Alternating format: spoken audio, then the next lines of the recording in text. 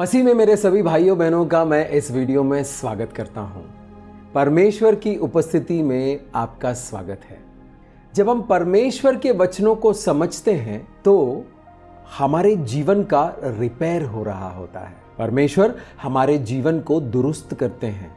परमेश्वर का वचन सुनते सुनते हमारे शरीर में चंगाई आ जाती है। यूहन्ना के सुसमाचार 15वां अध्याय 3रा वाक्य।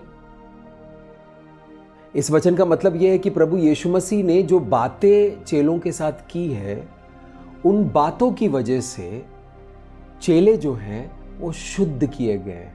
हमारे जीवन में बहुत सारी कठिनाइयां ऐसे आती है क्योंकि हमारे जीवन में शुद्धता नहीं है और हमें पता ही नहीं है कि जीवन का कौन सा पहलू किस तरह की अशुद्धता से खराब हो रही है। जब हम लोग परमेश्वर के वचनों को सुनते हैं तो हम शुद्ध हुए जाते हैं, शुद्धिकरण हो रहा है, हमारी सफाई हो रही है। मेरे प्यारे भाइयों और बहनों, रात का खाया हुआ बर्तन में सुबह आप नाश्ता नहीं करोगे।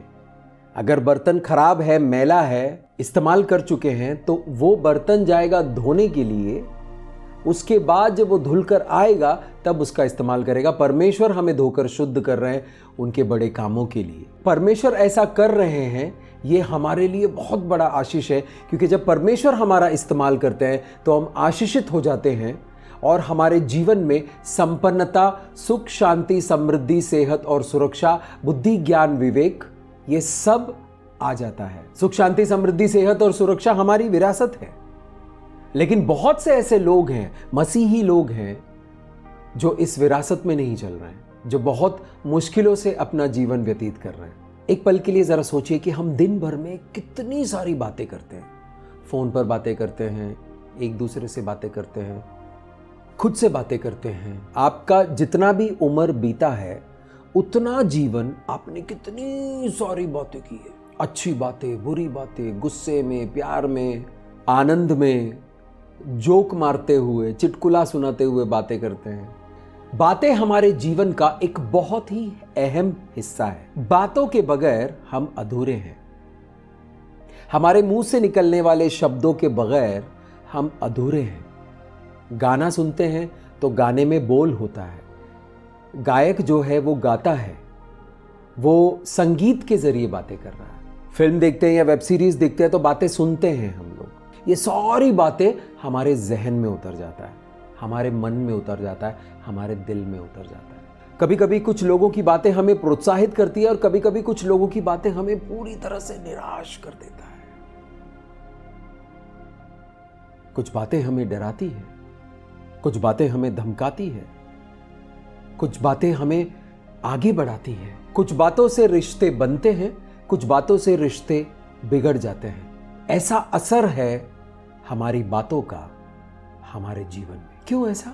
आइए मैं आपको एक वचन की ओर लेकर चलता हूं। जाएंगे नीति वचन अध्याय 18 वाक्य 21। Proverbs chapter 18 verse 21। जीभ के वश में मृत्यु और जीवन दोनों होते हैं, और जो उससे काम में लाना जानता है वो उसका फल भोगेगा। परमेश्वर अपने सामर्थ्य से, परमेश्वर अपनी दया से, परमेश्वर अपने विशाल ज्ञान में से हमें बुद्धि दे रहे हैं इस वक्त। परमेश्वर कहते हैं जीवन और मृत्यु ये दोनों मैंने तुम्हारी जीभा पर रख दी है। यानी तुम्हारे जीभ से जीवन भी बोल सकते हो और मृत्यु भी बोल सकते हैं।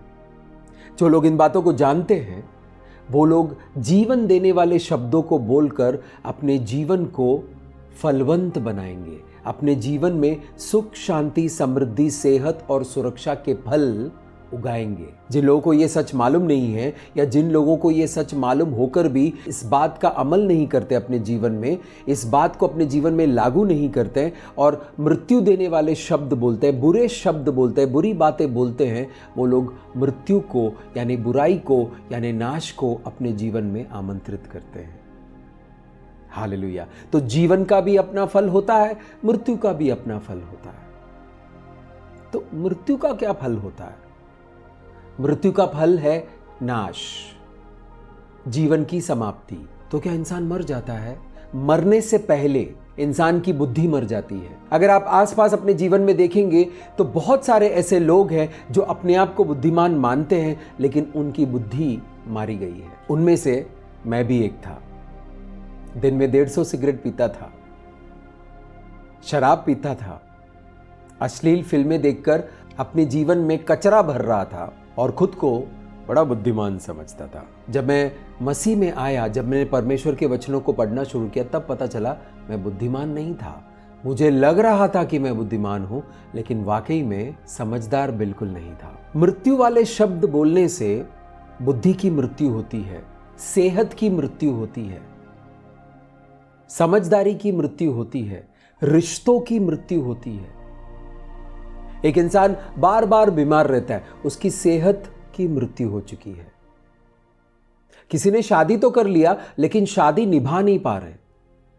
एक शादी कर रहे हैं, तलाक ले रहे हैं, फिर दूसरी शादी कर रहे हैं, फिर तलाक ले रहे हैं, फिर तीसरी शादी कर रहे हैं, फिर तलाक ले रहे हैं। शादी तलाक, शादी तलाक, शादी तलाक। शादी के क्षेत्र में मृत्यु आ चुकी है, इसलिए शादी जो है वो फल नहीं रही है। आदर सम्मान की मृत्यु, किसी के जीवन में आदर और सम्मान की मृत्यु हो चुकी है। पति पत्नी का आदर नहीं कर रहा है, पत्नी पति का आदर नहीं कर रहा है, बच्चे माँ बाप का आदर नहीं कर रहे हैं, माँ बाप बच्चों का आदर नहीं कर रहे हैं। समाज में आदर नहीं मिल रहा है, समाज में सम्मान नहीं मिल रहा है, क्योंकि आदर सम्मान का क्षेत्र जो है वो मर चुका है।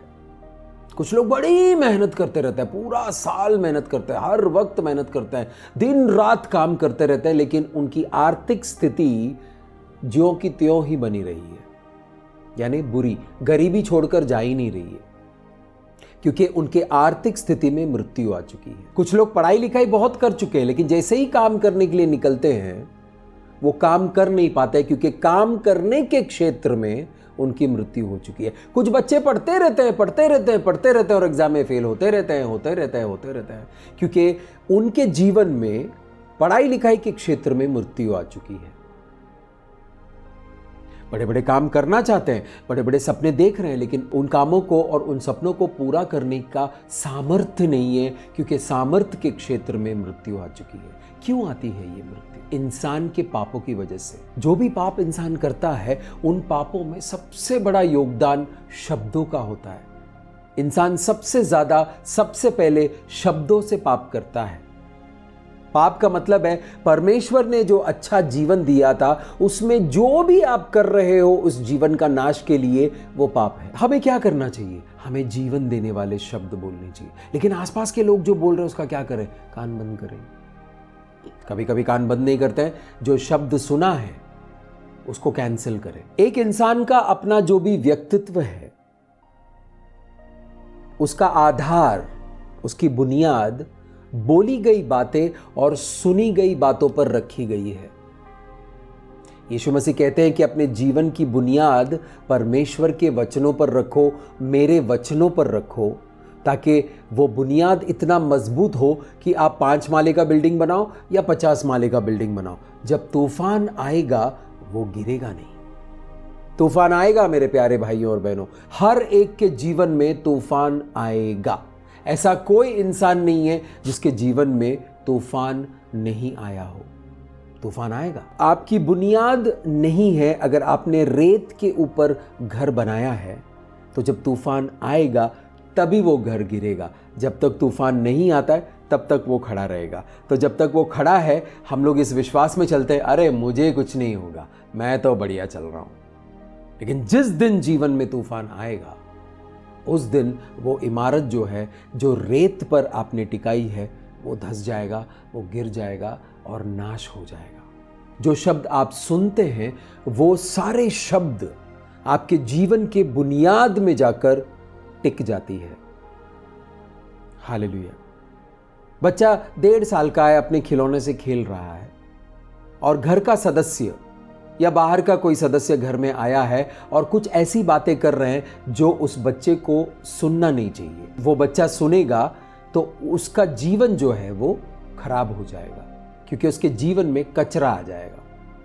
तो बुजुर्गों को लगता है, बड़े लोगों को लगता है कि अरे बच्चा छोटा है, 1.5 साल का खेल रहा है ना, इसको थोड़ी मालूम पड़ेगा।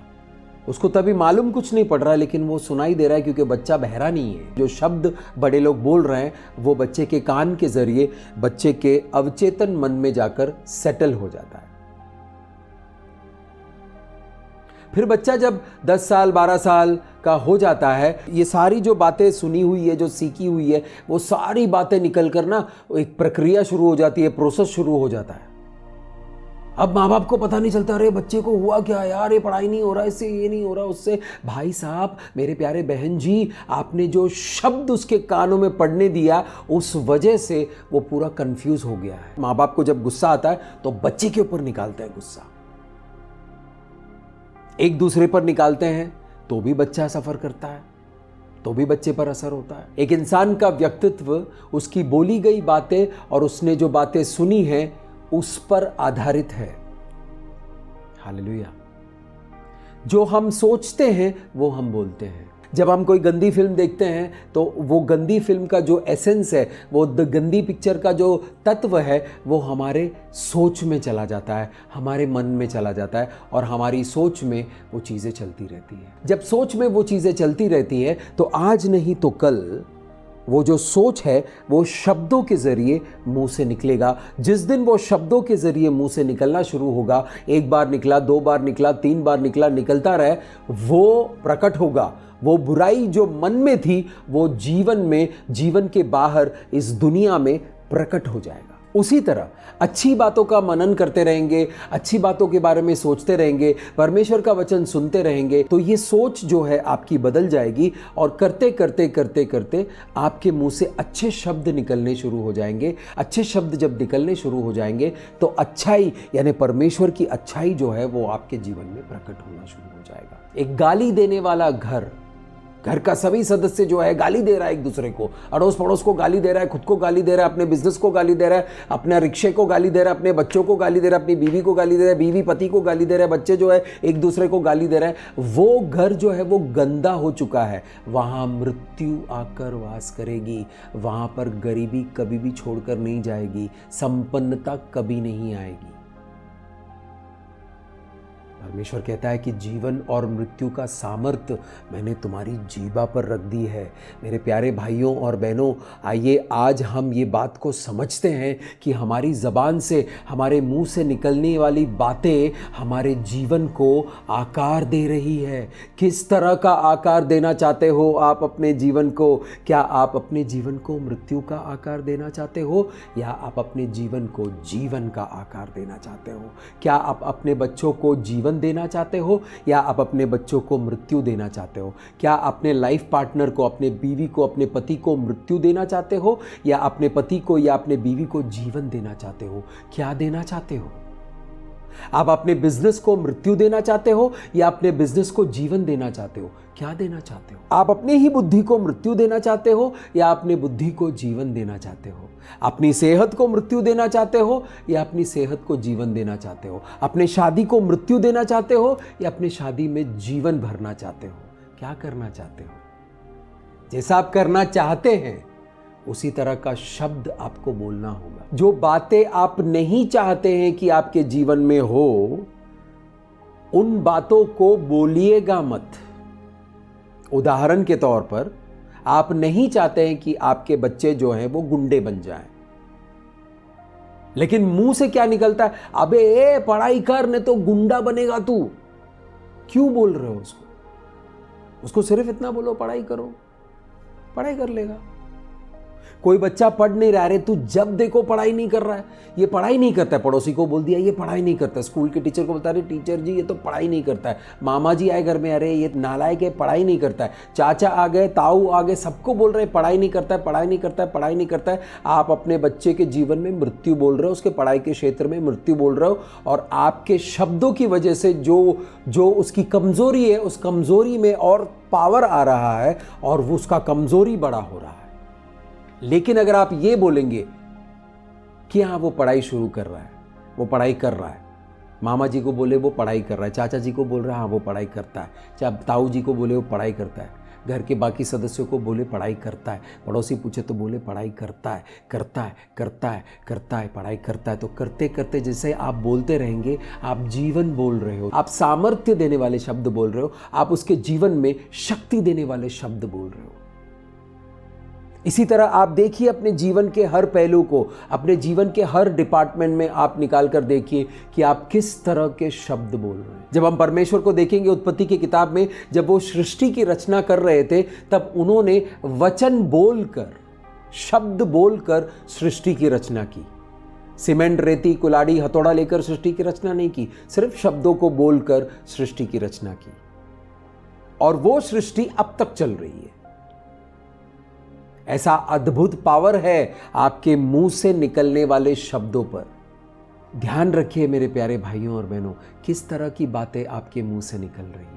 महान परमेश्वर, सर्वशक्तिमान परमेश्वर अपने अद्भुत बुद्धि हमें देते हैं और कहते हैं कि मेरे बच्चों, अपने मुंह से जीवन देने वाले शब्द बोलो, ताकि जीवन देने वाले फल आपके जीवन में उत्पन्न हो। मेरी जबान बहुत खराब थी, मैं दिन भर इतनी सारी गालियां देता था, इतने सारे गंदे बातें करता था, इतनी सारे कड़वी बातें करता था, इतनी सारी नाश करने वाली बातें करता था कि मेरा जीवन जो है वो नाश की तरफ चला गया। और एक ऐसा समय आया जब मैं अपने जीवन को नाश होने से या खत्म होने से बचा नहीं पा रहा था।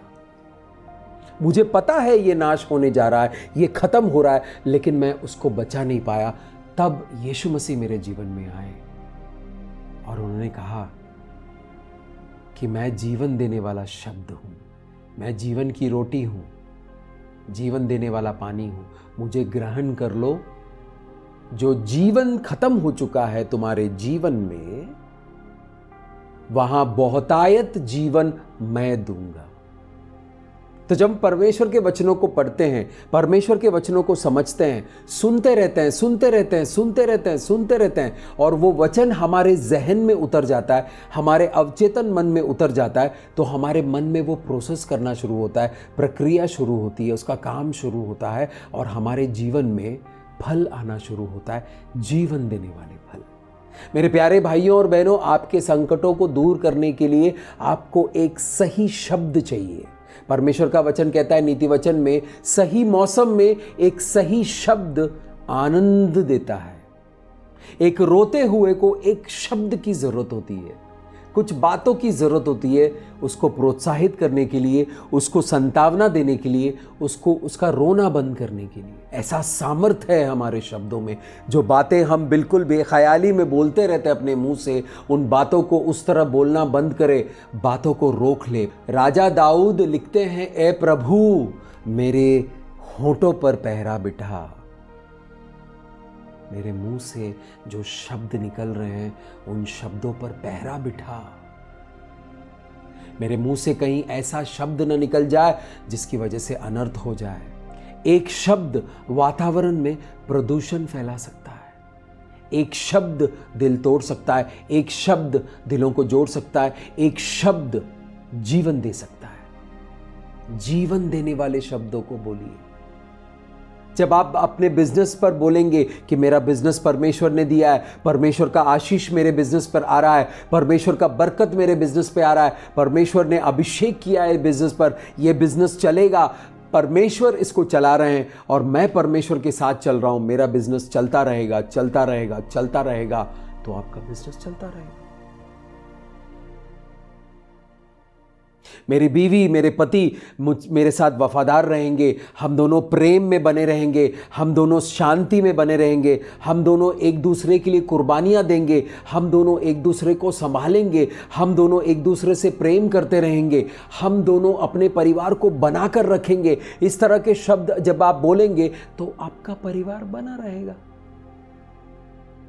परमेश्वर ने मुझे बच्चे दिए हैं, इन बच्चों को काबिल बनना है, परमेश्वर इन्हें काबिल बनाएंगे। मैं बच्चों को बचपन से ही परमेश्वर के वचनों के बारे में सिखाता रहूंगा। परमेश्वर के वचनों को ग्रहण करके मेरे बच्चे बड़े होंगे, आत्मा में बड़े होंगे, बुद्धि में बड़े होंगे, ज्ञान में बड़े होंगे और अपने जीवन में कामयाब हो जाएंगे। जब आप ऐसा सोचेंगे और ऐसा बोलेंगे तो आपके बच्चों के जीवन में कामयाबी अवश्य आएगी। महान परमेश्वर के सामर्थी वचन है ये। वो हमें बता रहे हैं कि कहां किस तरह अपने जीवन को उन्नति और प्रगति की ओर ले जा सकते हो। अंधों की तरह चलेंगे, बहरों की तरह चलेंगे, नासमझों की तरह चलेंगे, बेख्याली में चलेंगे तो हमारा जीवन कहीं और जा सकता है। तो मेरे प्यारे भाइयों और बहनों, एक जगाने वाला वचन है ये वचन जब मेरे जीवन में आया तो मैं जाग गया। यीशु मसीह जब लोगों से बात कर रहे थे तो सारा दृष्टांत बोलने के बाद कहते थे, जिसके कान हैं वो सुने। मेरे दोस्त, इस वक्त आप इस वचन को सुन रहे हो, ये इत्तेफाक नहीं है। परमेश्वर की आत्मा आपसे बात कर रहे हैं। मैं परमेश्वर की आत्मा को कोटि कोटि धन्यवाद करता हूं कि वो आपको इस वीडियो में लेकर आए हैं, इस वचन को सुनने के लिए, इस प्रकाशन को समझने के लिए, जानने के लिए। एक बार आपको समझ में नहीं आया वीडियो, फिर से सुनिए, तब तक सुनते रहिए जब तक ये बात आपके मन में सेट ना हो जाए। परमेश्वर चाहते हैं कि आप जीवन देने वाले वचनों के रूबरू हो जाएं। यीशु मसीह ने कहा कि मेरे जो वचन है, यानी जीवन देने वाले वचन जो है वो जीवित हैं, वो आत्मा है और वो काम करती है। ये जीवन देने वाले शब्द हैं, ये आपके जीवन को बदलने वाले शब्द हैं, ये आपके परिस्थितियों को बदलने वाले शब्द हैं, ये चंगाई देने वाले शब्द हैं। भजन संहिता 107 का 20, इस वचन में परमेश्वर कहते हैं कि मैं एक शब्द को भेजकर, मैं एक वचन को भेजकर तुम्हें चंगा करूंगा। जिस मुश्किल में तुम फंसे हुए हो वहां से मैं तुम्हें निकाल कर ले आऊंगा। एक वचन, आपके पास ये वचन आया है आपको चंगाई देने के लिए, आपके जीवन को चंगाई देने के लिए, आपके जीवन के हर पहलू को चंगाई देने के लिए, आपकी बुद्धि ज्ञान विवेक के क्षेत्र में चंगाई देने के लिए, आपके सोच विचार के क्षेत्र में चंगाई देने के लिए, आपके भावनाओं में चंगाई देने के लिए, आपकी सेहत में चंगाई देने के लिए, आपके परिवार और रिश्तों में चंगाई देने के लिए, आपकी आर्थिक स्थितियों में चंगाई देने के लिए, जहां पर आप काम करते हो वहां पर चंगाई देने के लिए, आदर और सम्मान के क्षेत्र में चंगाई देने के लिए, बच्चों के जीवन में चंगाई देने के लिए, दोस्तों के जीवन में चंगाई देने के लिए परमेश्वर एक वचन को भेजता है। प्रभु यीशु मसीह जीवन देने वाली रोटी है। परमेश्वर का वचन प्रभु यीशु मसीह है। जब हम इस वचन को तोड़ते हैं और इस वचन को ग्रहण करते हैं, हमें समझ आना शुरू होता है, तो हम बलवंत हो जाते हैं आत्मा में और हमें यीशु मसीह का दर्शन होता है, क्योंकि यीशु मसीह परमेश्वर का वचन है। इस वक्त प्रभु यीशु मसीह आपके सामने प्रकट हुए हैं उनके वचन के जरिए। इस वचन को ग्रहण करें, रिसीव करें। जब किसी बीज को पीसते हैं तब उसमें से तेल निकलता है, उसी तरह जब परमेश्वर का वचन टूटता है तो उसमें से अभिषेक निकलता है। जब परमेश्वर का वचन बोला जाता है तब उसमें से अभिषेक निकलता है। इस वक्त ये अभिषेक आप सभी के लिए मौजूद है। इस वक्त ये अभिषेक आपके लिए मौजूद है। इसको ग्रहण करें, अपने लिए ग्रहण करें, अपने परिवार के लोगों के लिए ग्रहण करें, अपने दोस्तों के लिए ग्रहण करें, जिनसे आप प्रेम करते हो उन सभी के लिए ग्रहण करें, क्योंकि आप ग्रहण करोगे तो आपके जरिए उन तक भी पहुंचेगा। आइए प्रार्थना करते हैं। धन्यवाद करते हैं पिता परमेश्वर इस वचन के लिए। प्रभु पिता परमेश्वर, जैसे भजन संहिता में राजा दाऊद ने विनती की है आपसे कि प्रभु मेरे ज़बान पर पहरा बिठा, मेरे होठों पर पहरा बिठा, कि ऐसे शब्द मेरे मुंह से ना निकले जो मृत्यु लेकर आता है, लेकिन सिर्फ ऐसे शब्द निकले जो जीवन लेकर आता है। हम धन्यवाद करते हैं परमेश्वर का जीवन देने वाले इस शब्द के लिए। पिता परमेश्वर, इस वक्त जो आपका बच्चा इस वीडियो को देख रहा है उसे आशीषित करें, उसे आशीषित करें, उसके ऊपर अभिषेक उंडेले। उसके या उसके परिवार में अगर कोई बीमार है पिता परमेश्वर, आप जानते हो वहाँ पर इस वक्त चंगाई पहुँच रही है। चंगा करे पिता परमेश्वर। बुद्धि में, ज्ञान में, विवेक में चंगाई दे, भावनाओं में चंगाई दे। धन्यवाद करता हूं पिता परमेश्वर आपकी उपस्थिति के लिए और इस अद्भुत वचन के लिए। आप इसी तरह उनके जीवन में काम करते रहिए, उनको आशीषित करते रहिए, उनके परिवार को आशीषित करते रहिए, उनको सुख, शांति, समृद्धि, सेहत और सुरक्षा, बुद्धि, ज्ञान, विवेक से परिपूर्ण करें। बहुतायत का जीवन मिले प्रभु, उनको बहुतायत का जीवन मिले। Hallelujah, hallelujah. पिता परमेश्वर, हर एक प्रार्थना आपके समक्ष एक खुशबू बनकर आती है। ये प्रार्थना भी आपके सामने एक खुशबू बनकर आएगी। इस प्रार्थना को हम यीशु मसीह के पवित्र लहू में ढाकते हैं और इस प्रार्थना को हम यीशु मसीह के पवित्र नाम से मांगते हैं। आमीन। मैं धन्यवाद करता हूं आपका कि आपने इस वीडियो को देखा और सुना और समझा। इस वीडियो को अपने दोस्तों के साथ, अपने भाई बहनों के साथ, अपने माता पिता के साथ, अपने लोगों के साथ आपने शेयर किया, उसके लिए कोटि कोटि धन्यवाद। मेरा नाम मुस्तफ़ा है और मैं यीशु मसीह का दास हूँ। परमेश्वर आपको आशीष करे।